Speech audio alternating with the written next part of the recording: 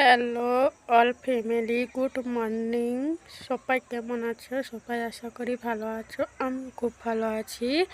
আর আমি এখান থেকে স্টার্ট করলাম আবার ব্লগটা। ভিডিওটা কেমন হয় অবশ্যই একটু কমেন্ট করে জানাবে। চলো ভিডিওটা এখান থেকে স্টার্ট করি। কি করি আজ সারাদিনে আমি এখান থেকে ভিডিওটা করলাম। আর ভিডিওটাকেও স্কিপ করে দেখবে না, পুরোটা ভিডিওটা দেখবে, না হলে বুঝতে পারবে না বন্ধুরা। আর যদি নতুন নতুন আরও ভিডিও পেতে চাও তাহলে অবশ্যই সাবস্ক্রাইব করবেন, বেল আইকনটি বাজিয়ে রাখবেন, তাহলে অবশ্যই তোমাদের এখানে আগে ভিডিওটা পৌঁছে যাবে। চলো ভিডিওটা এখান থেকে স্টার্ট করি, কি করি না করি চলো।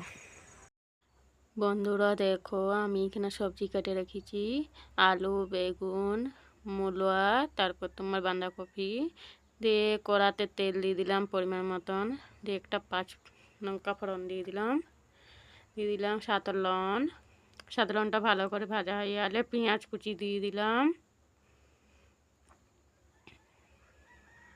পেঁয়াজটাকে ভালো করে ভাজতে হবে।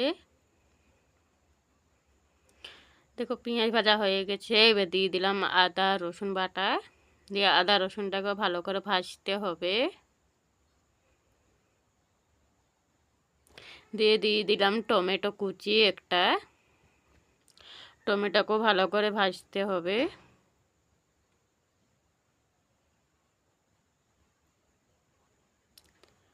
দিয়ে দিলাম পরিমাণ মতো নুন, টমেটোকে গলার জন্য নুন দিয়ে দিলে টপ করে টমেটো গলে যায়। দিয়ে দিলাম একটু পরিমাণ মতন জল, দিয়ে দিলাম 1 চামচ জিরা গুঁড়ো, 1 চামচ হলদে গুঁড়ো, আর 1.5 চামচ দিলাম হলদে গুঁড়ো আর কি, আর 1 চামচ লঙ্কা গুঁড়ো। লঙ্কাটা তোমাদের অনুযায়ী মতন দেবে। ঝাল কেমন থাকে না থাকে আমি সবারকে জানি না, তো তাই দেখো মশলাটা ভালো করে কষা হয়ে গেছে, আর একটু সামান্য কষতে আছে, আর ভালো করে একবার কষে নিচ্ছি। দিয়ে দিলাম বাঁধাকপিগুলা যেগুলো কাটিয়ে রাখছিলাম ওগুলো দিয়ে দিলাম। আর যদি ভিডিওটা ভালো লাগে অবশ্যই লাইক কমেন্ট সাবস্ক্রাইব করে দেবেন। যারা নতুন আসবে, নতুন ভিডিওটা দেখবে, তাদের অবশ্যই পাশে থেকো। দেখো বাঁধাকপিটা ভালো করে কষে নিলাম। বন্ধুরা দেখো আমার বাঁধাকপি হয়েই এসেছে, আর একটু সিদ্ধ হতে আছে, প্রায় সিদ্ধ হয়েই এসেছে। আর একটু জল দিয়ে আমি ভালো করে আরেকবার সিদ্ধ করে নিচ্ছি। দেখো বন্ধুরা দেখো আমার বাঁধাকপি হয়ে গেছে। একটুকু ঘাটি দিলে জিনিসটা খেতেও ভালো লাগবে। তোমরা কীরকম খাও সেটা আমি জানি না, তাও আমি বললাম যে আমাদের ঘাটা একটুকু খেতে ভালোবাসে তোমার দাদা ভাই। দেখো আমার বাঁধাকপি হয়ে গেছে। বন্ধুরা বলো তো এটা কি শাক? এটা নতুন শাক, কিন্তু এটা হচ্ছে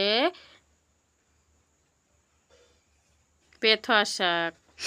পেথা শাকটা ভালো করে দেখো, ভালো করে ধুয়ে আর কড়াই দিয়ে দিয়েছি।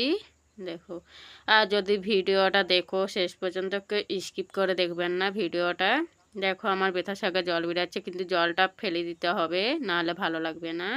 দিয়ে দিলাম একটা পরিমাণ মতন তেল, দিয়ে দিলাম 2টা শুকনো লঙ্কা থাকলে ভালো, খেতে ভালো লাগে জিনিসটা শাকটা। দিয়ে দিলাম একটু রসুন ছেঁচা। রসুনটাকে বেশি ভাজবে না, একটু হালকা ভাজবে, নাহলে গন্ধ থাকবে না রসুনটা, সেন্টটা একটা ভালো থাকে, তার জন্য আমি হালকা ভেজে নিলাম। দেখো দিয়ে এবারে শাকটাকে মিশিয়ে নিলাম। দেখো ঝরঝরা হয়ে গেছে, আর ঝরঝরা খেতে খুবই ভালোবাসে তোমার দাদা ভাই। ভেটকে গেলে খাবে কেই না, তাই ঝরঝরা করলাম।